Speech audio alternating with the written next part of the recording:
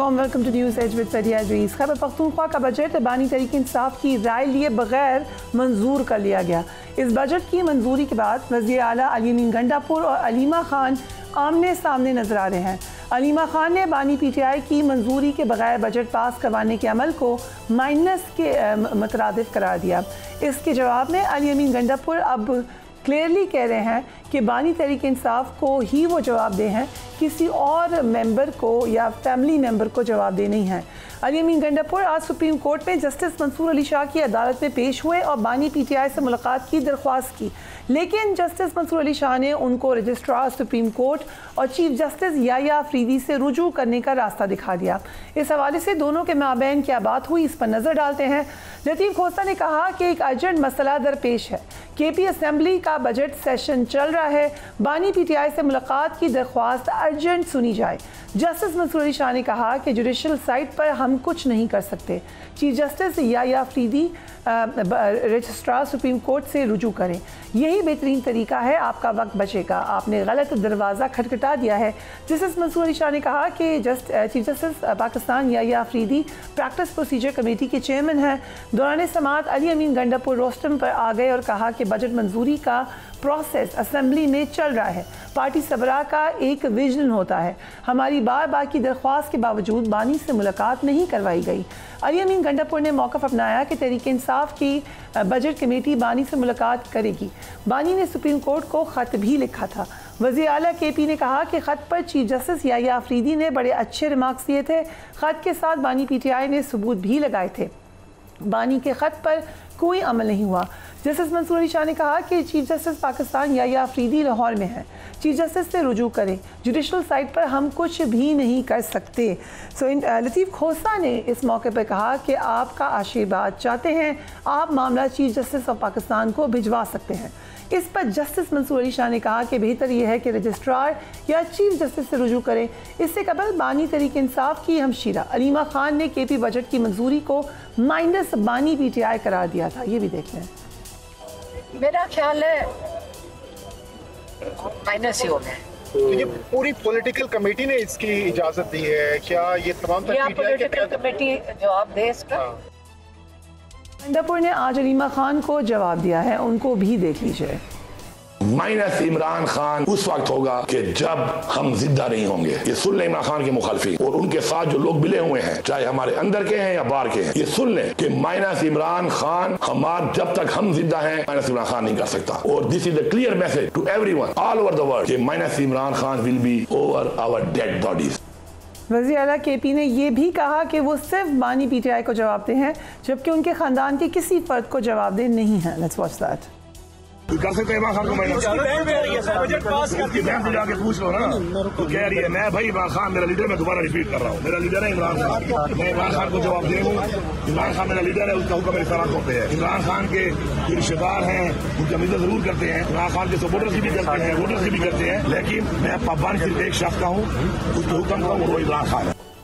Sheikh Waqas Akram, thank you so much for joining us. Sheikh साहब जो कह रहे हैं सीएम केपी, वो बात तो ठीक है, उनको जवाब दे नहीं होना चाहिए किसी और को सवाए बानी पीटीआई के। What do you think? जी एक्चुअली जो पार्टी के अहदेदार है, खान साहब ही हमारे कायद हैं, तो वो सब खान साहब को जवाब दे हैं, खान साहब के पाबंद हैं, इसमें तो कोई पूछने वाली बात ही नहीं है। एवरीबडी जो है वो खान साहब को आंसरेबल है जो इस पार्टी में है। सो उन्होंने ये भी कहा कि फैमिली के किसी मेंबर को जवाबदेह नहीं हो। इट मीन्स कि फैमिली की तरफ से ये तासुर है कि वो उनको जवाबदेह हैं। देखें मैंने तो क्लैरिटी के साथ कह दिया कि सारी पार्टी जो है वो सिर्फ और सिर्फ खान साहब को जवाब देती। अब यहाँ पे जो फैमिली का ताल्लुक है, जिसमें कैटेगरिकली अलीमा बाजी की आप बात कर रही हैं, तो वो उनकी बहन है, तो हमारे लिए तो हर चीज़ जो इमरान खान साहब से मंसूब है किसी भी हवाले से है, हम तो उनकी तस्वीर को भी दिल से लगा के रखते हैं। तो ये तो फिर उनका खून है, उनकी बहन है, फिर बड़ी बहन है, हमारे तो माओ के बराबर है, तो उनका एहतराम भी हम सब पे लाजिम है और हम सब उसका एहतराम करते हैं और करना भी चाहिए। अदर देन दैट कोई पॉलिटिकल इंटरफेरेंस तो जो फैमिली की है वो खान साहब की तरफ से हमेशा बड़ी क्लैरिटी उसके ऊपर होती है। अब हालात ऐसे हैं क्योंकि बहुत से लोग जो है वो अपने मसाइल की वजह से आगे नहीं आ सक रहे। पंजाब में बहुत से लोग हरियाणा नहीं पहुंच सकते हैं जमानतों की वजह से, केसेस की वजह से। वो उनकी बहन है, हर कोई अपने अपने तय एफर्ट कर रहा है। हलीमा बाजी बहुत ज़्यादा एफर्ट कर रही हैं खान साहब के लिए। आप देखें मुतअद्दिद बार उनको अडयाला के आगे से गिरफ्तार करके तो वो कहाँ चक्री वगैरह जाके छोड़ आए। चंद दिन जेल भी इनको गुजारना पड़ी। गर्मी तपती धूप के अंदर बुजुर्ग खवातीन है, हमारी माएँ जो है ये हलीमा खान साहबा, ये वहाँ जाके बैठती हैं। नाकों पे इनको रोका जाता है, थ्रेट्स किया जाता है, रुकावटें डाली जाती हैं और फिर इमरान खान साहब की बहनों को मिलने की इनके अलावा बाकियों को इजाज़त दी जाती है। तो फिर वो एक ब्रिज बन जाते हैं। मैसेजेस जो है वो क्रेडिबल मैसेजिंग इनके थ्रू होती है, तो फिर वो एक बन जाता है इस वक्त की सूरत हाल के मुताबिक मामला।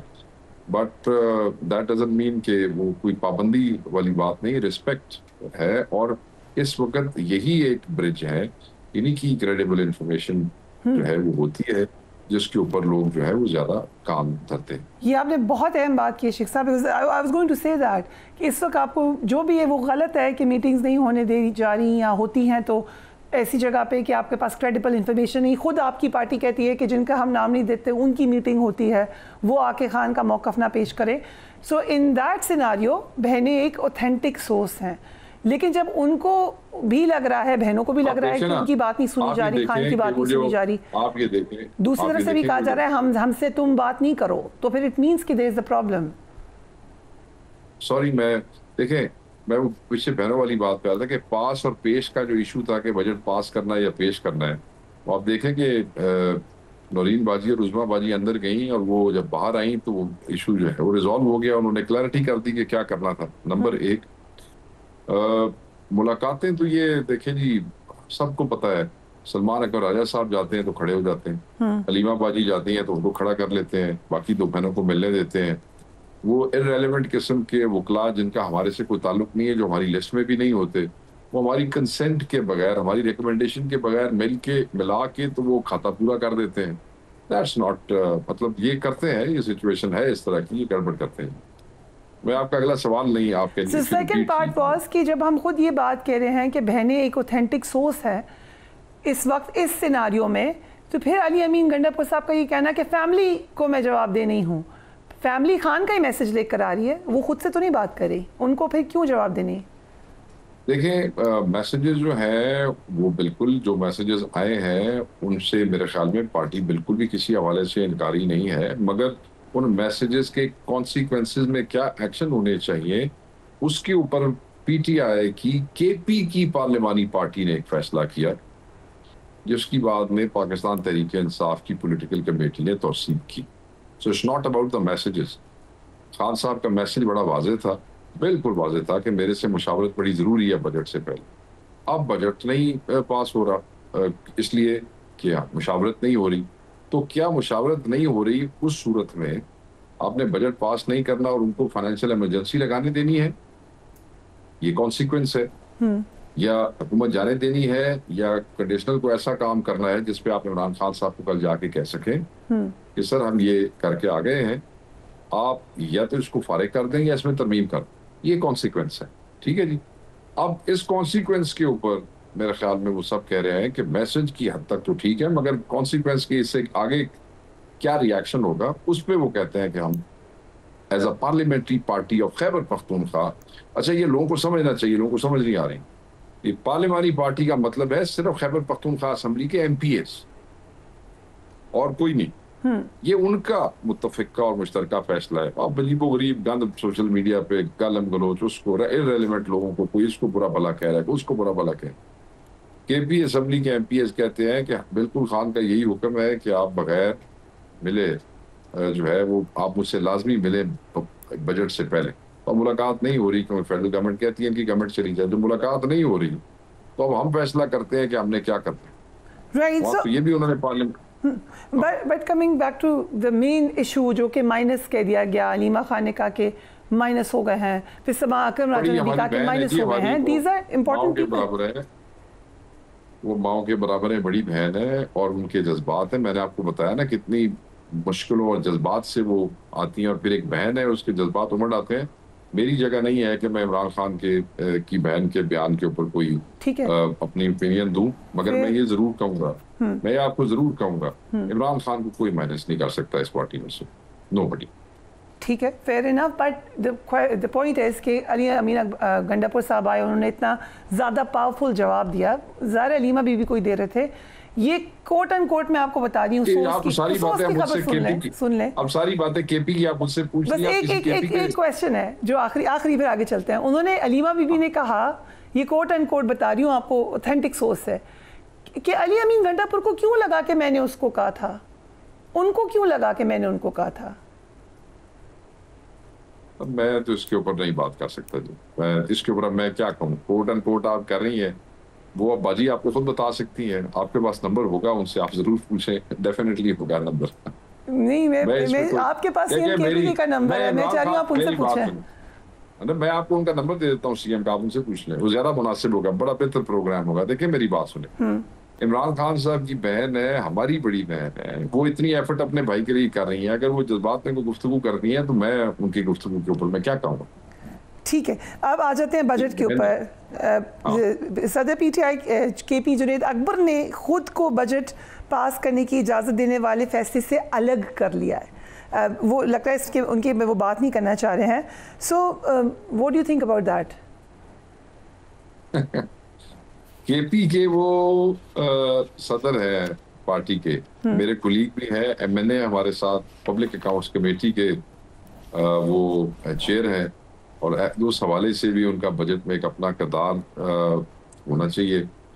मैं ये समझता हूँ कि जब पार्लिमानी पार्टी का फैसला होता है तो उसमें तमाम पार्टी के लोग होते हैं, तो आप अपने आप को कैसे अलग कर सकते हैं? कोई उन्होंने कोई किया होगा तरीक़ेकार अपने आप को पार्टी के फैसलों से, क्योंकि जो वहाँ फैसला हुआ वो पार्टी के लोगों का, और केपी की, खैबर पख्तूनख्वा की, सेंटर की नहीं, पार्लिमानी पार्टी का फैसला था। और ऑब्वियसली उस बजट के थ्रू उनके हलके को भी फंड मिल रहे हैं, उनके एमपीएस को भी मिल रहे होंगे, उनके इलाकों में भी वो माल जा रहा होगा, काम हो रहा होगा। तो आई डोंट नो वेदर वो उसको भी रिफ्यूज कर रहे होंगे कि जी मुझे बिल्कुल मेरा ताल्लुक कोई नहीं है, तो मुझे इसमें से कोई हिस्सा नहीं चाहिए। मगर बहरहाल ये एज अ सदर उनकी जिम्मेदारी है।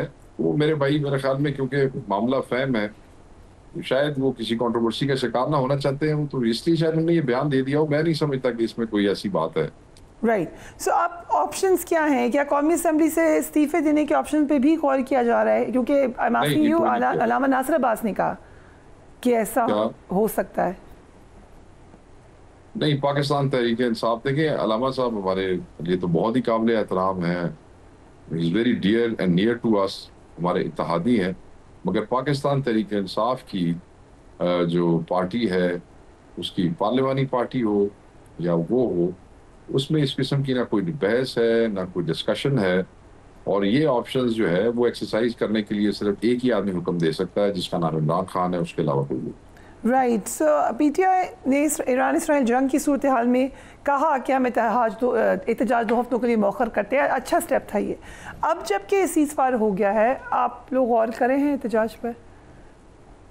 देखें, 2 हफ्ते का खान साहब का हुक्म था, अगर 2 हफ्ते पूरे हो गए तो उसके बाद जो मैकेनिज्म है वो खान साहब ने नौरीन और उज़मा बाजी के थ्रू ही ये सीज़ फायर का बताया था कि जी आप एहतजाज जो है वो ना करें, रोक लें 2 हफ्ते के लिए, खत्ते की नाजुक सूरत हाल को सामने रखते हुए। तो उनको मैकेनिज्म भी दिया होगा, वो जैसे ही हफ्ते मुकम्मल होंगे तो will carry on with that situation. Protest हम ऑलरेडी कर रहे थे। राइट, सो पीटीआई में कुछ नए लोग भी आ रहे हैं या आने जा रहे हैं? नहीं, नए लोगों की तो एज अ सेक्रेटरी इतलात मेरे पास कोई ऑफिशियल इंफॉर्मेशन नहीं है। कुछ खबरें पिछले दिनों टीवी पे चली हैं, मगर वो जराए से चली हैं, कई लोगों ने जो छोड़ के जा चुके थे उन्होंने कोई बयानात दिए हैं। मगर ऑब्वियसली अगर ये ऐसी कोई चीज़ आती है तो पहले मेरे पास आएगी, जब मेरे पास आएगी तो ऑब्वियसली वो फिर पब्लिक हो जाएगी। So what about Mohammad Zubair, former governor Sindh, उनके बारे में खबर आपने सुनी होगी? जुबैर साहब का बड़ा एहतराम है, वो जो है अपनी पिछली पार्टी छोड़ चुके हैं और बड़े अरसे से बड़ी नॉन बायस किस्म की जो है उनका स्टांस है, और अभी तक कोई ऐसी चीज़ सामने नहीं आई जिस पे वो जहाँ बैठे हैं, जैसे वो गुफ्तगू करते हैं, वो ऑलरेडी पीटीआई का मौक़िफ़ लेके चल रहे हैं। ये नहीं कि वो पीटीआई के नुमाइंदा है, but he is talking sense wherever he is sitting, so this is what Khan साहब इज टॉकिंग एनीवे। तो अगर ऐसी कोई बात आएगी तो मैं आपसे ज़रूर शेयर करूँगा।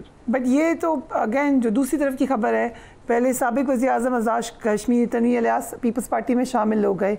ये भी कहा जा रहा है कि पंजाब से 25 MNAs और MPs पीपल्स पार्टी ज्वाइन करने जा रहे हैं, और मोस्ट प्रॉब्ली हमारे आपके भी हो सकते हैं, दीगर भी हो सकते हैं। नहीं, साडा तो कोई MNA नहीं है, दीगर दा असी को नहीं पता रखा जिहड़े फॉर्म 47 ते कोई बने बनाए ने कोई तो सानू पता पुता कोई नहीं है। हमारा कोई MNA पीपल्स पार्टी ज्वाइन नहीं करने जा रहा। What about MPs? नहीं, हमारे कोई MPs भी नहीं करने जा रहे। My father himself is an MPA, मेरी उनसे बात होती रहती है पंजाब असेंबली के हवाले से। बचर साहब is a very dear friend, और एज अ जिम्मेदारी भी of opposition leader and me being the information minister, we are in close contact. No, they are happy with Khan and they are happy towing the agenda of Imran Khan and fighting for Imran Khan's dream. Yeah. So opposition alliance किधर है आपका? JUIF से भी नहीं मामला ठीक हो सका, किसी और पार्टी को भी ऐसा सच इंगेज नहीं किया जा सका। आपके ख्याल से ये भी कोशिशें ख़त्म हो गई हैं, स्टॉल्ड हैं, या आप दोबारा कोशिश करेंगे? नहीं, बिल्कुल वो इत्तेहाद मौजूद है। जब एक फिजा बन गई वैसे ही कि खान साहब ने कहा इसको रोक लें, फिर आगे मुहर्रम वाला शुरू हो रहा है। अयाम मुहर्रम के एहतराम में भी आपको पता है इस किस्म की चीज़ें जो है पिछले साल भी हमने रोकी थी, अगर आपको याद हो, if you remember.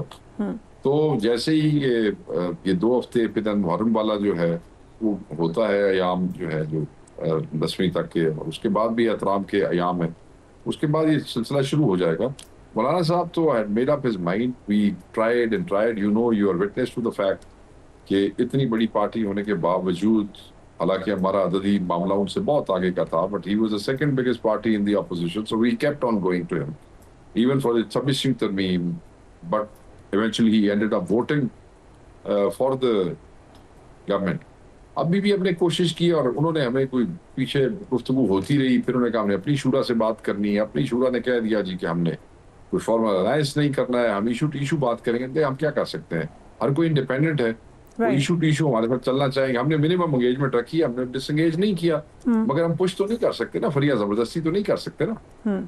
Right, indeed. Sheikh Waqas Akram Saab, thank you so much for joining us on the program. We'll take a break and we will be right back.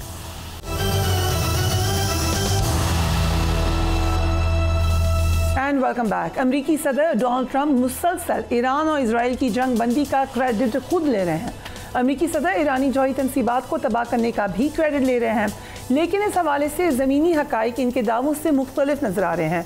इस वक्त भी ईरान के पास 400 किलोग्राम यूरेनियम मौजूद है और America की जानिब से इस तबाही के दावे की तस्दीक भी नहीं हो रही है। अमेरिका की जानिब से ईरान की जौहरी तनसीबात पर हमले में ताबकारी मवाद के खारिज ना होने से भी काफ़ी सवालात उठ रहे हैं। इस हवाले से अमरीकी मीडिया के 2 बड़े इदारों यानी CNN और न्यूयॉर्क टाइम्स ने अपनी डिफेंस इंटेलिजेंस रिपोर्ट्स दुनिया के सामने रख दी हैं। इस रिपोर्ट के मुताबिक अमरीकी फ़ौज के हमले में ईरान के जौहरी प्रोग्राम के बुनियादी अज्जा तबाह नहीं हो पाए हैं। अमरीकी हमले से ईरान का जौहरी प्रोग्राम सिर्फ चंद माह पीछे ही जा सका है। इस रिपोर्ट के मुताबिक ईरान का अफजोदा यूरेनियम का ज़ख़ीरा तबाह नहीं हुआ है, जबकि उसके अलावा सेंट्रीफ्यूजेस भी बड़ी हद तक दुरुस्त हालत में ही मौजूद हैं। अमेरिका ने जिन जौहरी तनसीबात को निशाना बनाया, उनको पहुंचने वाला नुकसान ज़मीन से ऊपर मौजूद ढांचों तक ही महदूद रहा है। अमरीकी हमले में तवानाई का इंफ्रास्ट्रक्चर और यूरेनियम को की धातुओं में तब्दील करने वाली इमारतें ही तबाह हो पाई हैं। इस हमले से ईरान का जौहरी प्रोग्राम, जैसा कि एक तासुर है, मुकम्मल ख़त्म नहीं हुआ, बल्कि सिर्फ चंद माह ही पीछे गया है। अमरीकी सदर डोनाल्ड ट्रंप ने कहा है कि ये मीडिया रिपोर्ट्स झूठ हैं और ये भी कहा है कि अमरीकी हमले में ईरानी तनसीबात तबाह हुई हैं।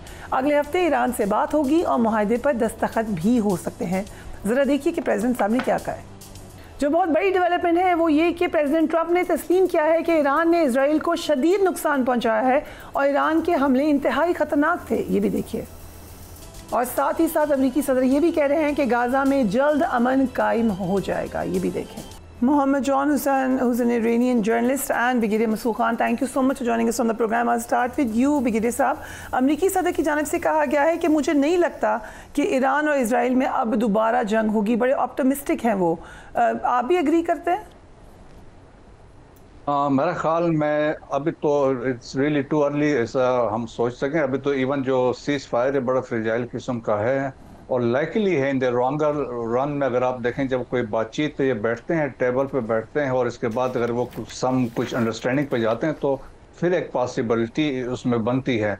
लेकिन अभी जिस तरह के ईरान में हमने डेवलपमेंट्स देखी हैं, वहाँ के मजलिस ने एक जो डिसीजन दिया है कि हमें न्यूक्लियर बातचीत करनी नहीं चाहिए, NPT हमारे लिए कोई फ़ायदा नहीं है, तो अब ये प्ली भी ले सकते हैं. आपने आप क्लेम करते हैं फर्दों को डिस्ट्रॉय कर दिया, नितान्स को डिस्ट्रॉय कर दिया, इस्फहान को कर दिया, तो फिर बातचीत किस लिए करनी है? वो भी एक इसमें फैक्टर है. लेकिन ये है कि इनिशियल जो बैकडोर बातें हो रही थी उसमें 3 चीज़ों पे उनके बकौल ये है कि ईरान को कन्वे किया गया था. वन इज़ दैट कि जी वो जितने रिमेनिंग जो इंस्टॉलेशंस है वो डिसमेंटल करेंगे. This is one. सेकंड ये फैक्ट था कि जो इन्वेस्टमेंट होगी इवन फॉर सिविलियन पर्पसेस के लिए ये भी नहीं होगी. थर्ड ये है कि international atomic energy agency will continue monitoring the developments inside Iran और वो वेरीफाई करेगी. तो ये अगर देखें तो ये बहुत टफ किस्म की कंडीशंस हैं. अब जब टेबल पे बैठते हैं तो वहाँ पे पता चलेगा कि वो वहाँ पे क्या डिमांड करते हैं. और फिर एक चीज़ अभी देखें कि आज एक आर्टिकल लिखा है न्यूयॉर्क टाइम्स में जो एंटनी ब्लिंकन जो सेक्रेटरी ऑफ स्टेट है, उन्होंने ये कहा है कि जी हमने पहले भी हमारा एक जो अंडरस्टैंडिंग है all the governments in United states कि हमने ईरान को न्यूक्लियर वेपन डेवलप करने देना नहीं है. बट ही सेड कि ये अटैक जो था इट वाज अननेसेसरी और होना नहीं चाहिए था, क्योंकि हमारे असेसमेंट के मुताबिक ये था कि 18 मंथ्स टू 24 मंथ्स ईरान ने लेना था और न्यूक्लियर वेपन को डेवलप करने के लिए. सो डिप्लोमेसी को एक चांस देते. और फिर उन्होंने ये भी लिखा है कि उन्होंने कहा कि जो रिपोर्ट्स हैं उसके मुताबिक दी साइट्स जो थी नितान्स में, फर्दों में जो है they were severely damage but they have not been destroyed. तो वो भी एक्नॉलेज करते हैं, वो एक इंडोर्स करते हैं जो CNN कह रहा है, वही वाशिंगटन पोस्ट है, द गार्डियन ने जो स्टोरी की है, वॉल स्ट्रीट जर्नल ने जो लिखा है, तो इस पे है. लेकिन अगर आपने देखा हो कि जो आज प्रेस कॉन्फ्रेंस प्रेसिडेंट ट्रम्प ने की तो देन ही कोटेड कि इजरायली एटॉमिक एनर्जी वालों ने कंफर्म किया है कि फर्दो वाला दैट हैज बीन डिस्ट्रॉयड. उन्होंने कहा दैट इज वन. और फिर उन्होंने कहा कि वो खुद ईरानी जो है फॉरेन ऑफिस वाले वो भी एक्सेप्ट कर रहे हैं कि डैमेज हो चुकी है. ठीक है, अगर इजाज़त दें तो मोहम्मद हुसैन हमें ज्वाइन कर रहे हैं. Thank you so much joining us. Seize fire के बाद तेहरान में क्या मंजर है और जो पब्लिक है वो क्या सोच रही है? देखिए, मनाजिर तो मैं सीज़ फायर के बाद ही नहीं बल्कि सीज़ फायर से पहले जब US के बेस के ऊपर अटैक हुआ था कतर में, उसके बाद से ही लोग सेलिब्रेशंस करने के लिए बाहर आ गए थे. हिजाबी, बेहिजाबी, दाढ़ी वाले, बगैर दाढ़ी वाले, बच्चे, बूढ़े, जवान सब बाहर आ गए थे और नारे लगा रहे थे, सेलिब्रेट कर रहे थे, चांट कर रहे थे. तो सेलिब्रेशंस तब से शुरू हुई. सीज़ फायर के बाद भी सेलिब्रेशंस जारी हैं. लोग कॉन्वॉयज़ में निकले हुए हैं और सेलिब्रेट कर रहे हैं. मुख्तलिफ मकामात पे गाड़ियाँ रोक के, म्यूज़िक चला के जो है वो आराम से वो अपना एंजॉय कर रहे हैं. तो आई वुड से सेलिब्रेशंस बहुत ज़्यादा हो रही हैं ईरान के अंदर इस वक्त. और कहा जा रहा है कि यहाँ पे ईरानी अवाम इसको विक्ट्री के तौर पे देख रही है. जितना भी वॉर हुआ यहाँ पे तो दे आर वेरी हैप्पी. जिस तरीके से यहाँ पे मुझे नज़र आ रहा है सेलिब्रेशंस हो रही हैं, उससे तो यही तासुर हो रहा है. सीज़ फायर के बाद लीडरशिप इसको कैसे देख रही है मोहम्मद जॉन साहब? क्या वो मुकम्मल तौर पर सीज़ फायर से मुतमईन हैं या अब भी उनके नज़दीक खदशात मौजूद हैं कि कोई हमला हो सकता है इजराइल की तरफ से? जी, यहाँ पे ऑफिशियल्स कॉशियस है सीज़ फायर के बाद. उनका ये कहना है कि हमने ट्रिगर पे उंगली रखी हुई है और जाहिर सी बात है कॉशन है कि अगर इजराइल दोबारा सीज़ फायर को वायलेट करेगा तो ईरान जो है वो रिटेलिएट करेगा. जो लास्ट शॉट कॉल किया था वो ईरान ने ही किया था और सीज़ फायर भी ईरान ने अपने ऊपर इम्पोज नहीं करवाई बल्कि अपने टर्म्स पे सीज़ फायर की. जैसा कि आपने खुद देखा कि ट्रम्प साहब ने शुरू में ईरान को बोला था कि 6 घंटे में आप अपने हमले बंद करें और इजराइल को बोला कि 12 घंटे में आप अपने हमले बंद करें. तो अरागची साहब ने जो है वो क्लियरली ट्वीट करके कहा कि 4 बजे तक अगर हमले बंद नहीं हुए तो हम अपनी रिटेलिएशन और अपने अटैक्स जारी रखेंगे. उसके बाद 4 बजे बिल्कुल खामोशी हो गई, कोई ड्रोन इंटरसेप्शंस नहीं, कोई अटैक्स नहीं। और जो लास्ट मिसाइल सैल्वो लॉन्च किया था वो ईरान ने ही किया था। 22nd वेव ऑफ IRGC जो है वो बहुत डैमेज हुआ है वहाँ पे। ट्रम्प साहब खुद भी कह रहे हैं कि जो लास्ट अटैक था उस बहुत ज़्यादा ही ख़तरनाक थे वो लास्ट अटैक्स।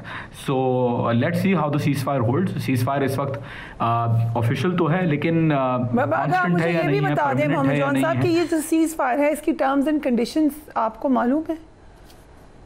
जी, सीज़ फायर की जो टर्म्स एंड कंडीशंस हैं उसके ऊपर कोई मेरे पास ना ही ऑफिशियली, ना ही इनफॉर्मली, ना ही अनऑफिशियली किसी भी तरीके की तफसीलात मौजूद नहीं है कि एग्जैक्टली किन टर्म्स पे सीज़ फायर होगी आगे जो परमानेंट होगी। और अभी जो सीज़ फायर हुई है वो तो बस in the context of the war जो इसराइल के साथ और यूनाइटेड स्टेट्स के साथ है उस कॉन्टेक्स्ट में हुई है। आगे किन टर्म्स पे टिकेगी ये सिर्फ वक्त बताएगा जब ऑफिशियल्स अपना फैसला करेंगे इस पर। So I can't say anything without concrete information right now. Right. So brigadier Masood, Iran का अब आपको क्या आगे का प्लान लग रहा है? जंग के दौरान उन्होंने ऐलान किया था कि वो NPT मुआहदे से अलग हो रहे हैं। आज ईरानी पार्लियामेंट ने IAE से ताउन ना करने का बिल भी पास करवा लिया है। सो एग्जैक्टली क्या होगी नेक्स्ट मूव ईरान की? ख्याल में ईरान देखे अभी एक पोजीशन ऑफ स्ट्रेंथ पे है, जिस तरीके से उन्होंने डिमॉन्स्ट्रेट किया है और जिस तरीके से देखे आज प्रेसिडेंट ट्रम्प ने मान लिया कि जिस तरीके से इसराइल अंडर प्रेशर था। और आप देखें कि नॉर्थ से लेके हैफा से लेके नेगोव डेजर्ट तक वहाँ पे मुसलसल बैलिस्टिक मिसाइल्स आ रहे थे और जिस तरीके से हिट हो रहे थे, तो वो एक पैनिक खौफ और एक साइकोलॉजिकल इम्पैक्ट था। Israelis they were living Israel और निकल रहे थे वहाँ से, तो वो एक खौफ था, वो था।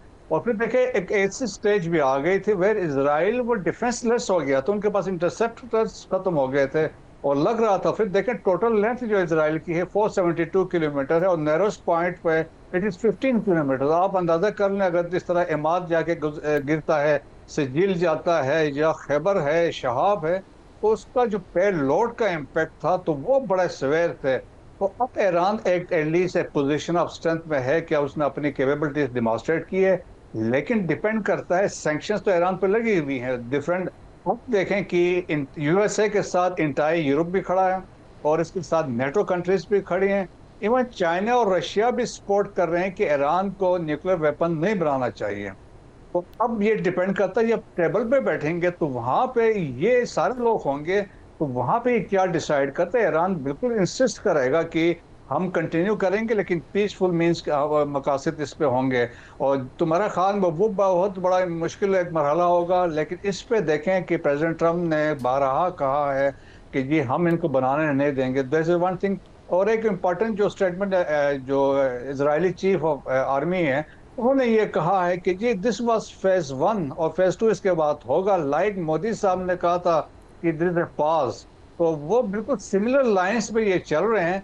लेकिन अभी मेरे ख्याल में इजराइल भी बहुत बुरी तरह से पिट गया है, तो इनके लिए मुश्किलात हैं। और अपने देखें कि मैं तो समझता हूँ पॉलिटिकल मिलिट्री ऑब्जेक्टिव जो वो अचीव करना चाहते हैं वो तो खुद नहीं हासिल कर सके। दैट्स वाई उन्होंने ड्रैग किया अमेरिका को इस जंग के अंदर, ताकि वो स्ट्राइक्स करें। Fordow half a mile under the ground 800 metre नीचे है, और इसी तरह नितान्स वो देवर 46 मीटर्स अंडर द ग्राउंड था ताकि उस पर हिट करें। लेकिन देखें 7 बम कहते हैं हमने गिराए जिनकी पेनिट्रेशन पावर इज 61 मीटर्स। अब इसके बावजूद भी अगर वो हिट अगर पेनिट्रेट नहीं कर सके तो मेरे ख्याल में GBU-57 के लिए क्वेश्चंस खड़े हो जाएंगे। सो वो वाले भी फैक्टर्स है, बहुत सारे हैं। और मेरे ख्याल में डैमेज असेसमेंट होती है और फिर इसमें रियलिटी लगती है जो अभी रिपोर्ट्स लीक हुए हैं डिफेंस इंटेलिजेंस एजेंसी की, वो उस पर भी अभी बहुत लेते हो रही है अमेरिका में। राइट, आप हमारे साथ रहिएगा, हम एक ब्रेक लेते हैं। We will be right back.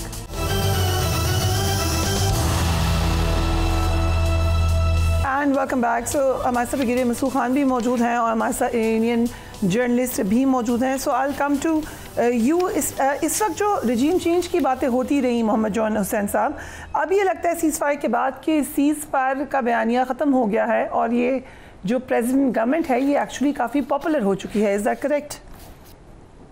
जी, बड़ी अच्छी आपने चीज़ नोटिस की। देखें, रजीम चेंज का बयानिया बिल्कुल ही ख़त्म हो गया पिक्चर से बिल्कुल ही बाहर हो गया। और रेजिम चेंज ही नहीं सिर्फ, बल्कि जो न्यूक्लियर इन्वेस्टमेंट प्रोग्राम के ऊपर, जो न्यूक्लियर प्रोग्राम के ऊपर जो असेसमेंट्स थी वो भी चेंज हो गई। शुरू में उन्होंने कहा, ट्रम्प साहब ने, कि हमने कम्प्लीटली डिस्ट्रॉय कर दिया है। नेतन्याहू ने भी कहा हमने कम्प्लीटली डिस्ट्रॉय कर दिया है। बाद में रिपोर्ट्स आना शुरू हुई।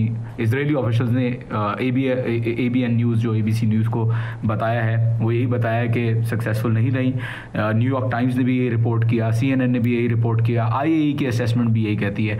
रेडिएशन लीक्स बिल्कुल भी नहीं हुई। यहाँ पे लोकली भी जो ऑफिशियल्स का जो बयानिया है और जो नज़र आ रहा है कुम के और इस्फहान के लोगों से भी पूछ के, तो कोई रेडिएशन लीक नहीं है। स्टॉक पाइल्स इंटैक्ट हैं। फिजिकली जो डैमेज हुआ है वो सिर्फ एंट्रेंस और एग्जिट्स पे हुआ है, और थोड़ा सा इंफ्रास्ट्रक्चर भी डैमेज हुआ है जो ऊपर था, क्योंकि ज़्यादातर इंफ्रास्ट्रक्चर ईरान ने अपनी फैसिलिटीज़ बनाई ही इस तरीके से थी कि उनको बिल्कुल ही अंडरग्राउंड किस लेवल पर रखा गया एग्जैक्टली ये नहीं बताया जा रहा, लेकिन एस्टिमेशन मुख्तलिफ दी जा रही हैं। तो जो I would say military adventurism थी यूनाइटेड स्टेट्स की, बिला वजह जो है वो आके पैसे ज़ाया करना, I would say is counter productive, क्योंकि रेजीम के हवाले से और ज़्यादा लोग स्ट्रॉन्ग हो गए हैं, रेजीम को और सपोर्ट में आ गए हैं। मैंने पर्सनली जाकर देखा लोगों को, मैंने लोगों से बात की, मैंने वीडियोस भी पोस्ट की हुई हैं अपने ट्विटर और फेसबुक पे, देख लीजिएगा अगर देखना हो। बेहिजाबी लड़कियां, हिजाब में लड़कियां, जो दाढ़ी वाले लोग, बग़ैर दाढ़ी वाले लोग, बच्चे बूढ़े जवान वहाँ पे जो नारे लगा रहे थे, वो इंटरेस्टिंगली सिर्फ मार बार इजराइल या मार बार अमरीका के नारे नहीं थे। वो एक नारा ये भी था, मार बार ज़िद्दे विलायत फ़की। मार बार ज़िद्दे विलायत फ़की का मतलब ये है कि जो विलायत फ़की का निज़ाम नहीं मानते, जो सुप्रीम लीडर का निज़ाम नहीं मानते, उन पे भी वो जो है वो कर्ज कर रहे थे। मैं कहूँगा डेथ टू भी कहा जाता है और लानत भी कहा जाता है इस वर्ड को। बहरहाल तो ये चांस नज़र आ रहे थे और ऑपोजिशन की तरफ से भी कोई इस वक्त बिल्कुल I would say United front पे ये लोग खड़े हुए हैं, कोई इस वक्त टेंशन नहीं है ईरान के अंदर। सो आई वुड से आज जितना सेंटिमेंट लोगों का हाई है गवर्नमेंट के लिए, उतना अहमदीनेजाद साहब के बाद उतना कभी भी नहीं रहा। राइट। सो बगैरी साहब, अमेरिकी प्रेसिडेंट कह रहे हैं कि गाज़ा के हवाले से भी पेशरफ्त होने जा रही है। हमास ने भी कहा है कि जंग बंदी के लिए मुज़ाकरात में तेज़ी आ रही है। सो क्या हम वहाँ भी कोई ऐसी एफर्ट देख सकते हैं? जी, वो पीछे मेरे ख्याल में Steve Witkoff behind the scene बड़े इफेक्टिव थे और एक्टिव भी थे, और इसमें कुछ प्रपोजल्स ऑलरेडी उन्होंने हमास को दी थी। हमास ने एक आध चीज़ में तब्दीली की थी, तो दैट्स वाई एक इंडिकेशन उन्होंने दी है कि वो जिस तरह उनकी तारीफ भी कर रहे थे कि वो किसी चीज़ पे कंक्लूजन पे पहुंच जाएंगे। और मुझे ये भी लगता था जब बातचीत ईरान की होनी थी तो उसमें ईरान ने ये पॉइंट भी रखना था कि गज़ा में आप सीज़ फायर करवाएं। तो मेरे ख्याल में उस डायरेक्शन में कदम स्टेप्स लिए जा रहे हैं। और अनफॉर्चुनेटली देखें, जब पूरी दुनिया ईरान और इजराइल के चक्कर में इधर कंसंट्रेट कर रही थी, तो वहाँ पे नेतन्याहू अपने जो एयरफोर्स और बाकी से लेके वहाँ पे एक जेनोसाइड इसकी जारी थी, और बहुत सारे जो इनोसेंट लोग थे जो राशन लेने के लाइनों में खड़े थे, और बराबर लगातार उनकी वहाँ पे किलिंग्स हो रही थी। देर अनफॉर्चुनेटली एक ऐसा हुआ है, लेकिन मेरे ख्याल में एक पॉजिटिव है। और आप देखें सारी जो डेवलपमेंट्स है, आप अगर आप देखें कि जो प्रेसिडेंट ट्रम्प थे शुरू में he was a party with Israel, बाद में एकदम ही बिकेम मीडिएटर भी बन गए और आके उन्होंने कहा मैं डील करवा रहा हूँ, फिर सीज फायर की बात की। सो क्रेडिट उनको ये भी जाता है। पाकिस्तान इंडिया का क्रेडिट वो पहले से भी ले रहे हैं। सीज फायर अब जब इधर बात होती है गजा की तो वो भी क्रेडिट लेंगे, और साथ आज उन्होंने कहा मैं कांगो रवांडा में भी बातचीत करवा रहा हूँ, और आगे पीछे बहुत सारे ममालिक की उन्होंने बात की। सो आप देख लें, मेरा ख्याल में ये नियर फ्यूचर में इवन अरब गल्फ कंट्रीज भी इनको रिकमेंड कर देंगे, दे विल एंडोर्स पाकिस्तान, इनको नोबेल पीस प्राइज मिलना चाहिए। Right, thank you so much Bagheera Sir for joining us, and Mohammed John, couple of questions to you now. इस cease fire का तमाम क्रेडिट अमेरिकन प्रेसिडेंट खुद ले रहे हैं, आप भी ये क्रेडिट उनको दे रहे हैं ईरान में या कहीं और दिया जा रहा है? देखिए, ईरान में सीज़ फायर का क्रेडिट ईरान की अटैक्स को दिया जा रहा है। जहाँ तक मैंने लोगों से बात की है तो बताया जा रहा है कि ईरान ने इतना शिद्दत से इजराइल को डैमेज किया था कि इजराइल फिर ट्रम्प साहब के पास गया और उन्होंने कहा कि प्लीज़ हमारी मदद करें किसी तरीके से, और फिर ट्रम्प साहब ने जो है वो कतरी अमीर को फ़ोन किया और मीडिएट कराने की कोशिश की। तो यहाँ पे जो क्रेडिट दिया जा रहा है वो वहाँ दिया जाए। ठीक है, अनदर क्वेश्चन, अमेरिकी सदर का कहना है कि ईरानी एटमी तनसीबात तबाह कर दी गई हैं और अब ईरान कभी अपनी एटमी तनसीबात दोबारा नहीं बना सकेगा, लेकिन ऑब्वियसली इतलात कुछ और हैं। ये भी है कि हमलों से पहले 400 किलोग्राम यूरेनियम की मुंतकली के हवाले से कहा जा रहा है कि वो हो गया था। सो इस वक्त आपके पास सलाहियत मौजूद है एटम बॉम्ब बनाने की? देखें, एटम बम बनाने का मवाद मैं नहीं करूँगा। 60% से ज़्यादा enriched uranium material is not enough to create a nuclear bomb. वो 90% से ज़्यादा जब इनरिचमेंट होती है तब उसको वेपनाइज किया जा सकता है। तो फर्स्ट ऑफ ऑल जो स्टॉक पाइल है वो वेपनाइज नहीं है, वो इनरिच्ड है। दूसरी बात ये कि बिल्कुल जो मुझे पता चला वो यही पता चला है कि इंटैक्ट है, कोई डैमेज नहीं हुआ। और सिर्फ मुझे क्या पता चला, अब तो आपको भी पता चल गया है, सेंटकॉम की अपनी रिपोर्ट है, CNN की अपनी स्टेटमेंट है, CNN के ऊपर जो है वो असेसमेंट है, इजरायली ऑफिशियल्स की अपनी स्टेटमेंट है ABC न्यूज़ को, wall street journal, Washington post, New York times, मुख्तलिफ रिपोर्ट्स को आप उठा के देख सकते हैं और आपको खुद भी पता चल सकता है कि वो जो स्ट्रेटिजिक ऑब्जेक्टिव्स इसराइल पूरे करने आया था यहाँ पे और अमेरिका पूरे करने आया था, वो पूरे हुए हैं या नहीं हुए। तो बिल्कुल भी यहाँ पे लोकल, अगर मैं बिल्कुल अपना लोकली बताऊँ कि मुझे क्या पता चला है, वो ये पता चला है कि कोई रेडिएशन लीक्स नहीं है, as confirmed by IAEA radiation leaks नहीं हुई। डैमेज जो है वो मिनिमल है। अभी असेसमेंट जारी है उसकी कि कितना ज़्यादा है, वो तो कंप्लीट असेसमेंट जब आएगी तभी पता चलेगा। लेकिन इनिशियली कहा जा रहा है कि इंटैक्ट है इनकी सेंट्रीफ्यूजेस भी, और सेंटकॉम भी यही कह रहा है कि सेंट्रीफ्यूजेस जो है मोस्टली इंटैक्ट हैं। तो let's see, only time will tell कि कितना जो है वो डैमेज हुआ है। बट अभी फ़िलहाल तो कोई ऐसा नज़र नहीं आ रहा कि कोई बहुत ज़्यादा डैमेज हुआ। बहुत बहुत शुक्रिया। एक बड़ी इंटरेस्टिंग डेवलपमेंट न्यूयॉर्क में हो रही है। सवाल ये है कि क्या न्यूयॉर्क है, न्यूयॉर्क सबको पता है कि हब है अमेरिका का, and America again United states of America, सब एक ताकतवर मुल्क के तौर पे इसको जानते हैं। वहाँ पे न्यूयॉर्क में क्या पहले मुसलमान मेयर बनने जा रहे हैं? फाइनली क्या न्यूयॉर्क को एक मुसलमान मेयर मिल जाएगा? आपको ये भी पता है कि वहाँ का जो सिस्टम है, वहाँ पे मेयर की पावर बहुत ज़्यादा होती है, क्योंकि वहाँ पे लोकल बॉडी डिज़ोल्व हुई है, उनके पास पावर है। सो इसलिए mayor is a very powerful personality. जो ख्वाहिशमंद हैं वो ज़ोहरान ममदानी हैं और डेमोक्रेट पार्टी से उनका ताल्लुक़ है। जो प्राइमरी इंतखाबात थे उसमें वो कामयाबी हासिल कर चुके हैं। इस वक्त वो बड़े डिस्कस हो रहे हैं हर तरफ, अमरीकी अखबारों में भी, मीडिया में भी, सोशल मीडिया पर।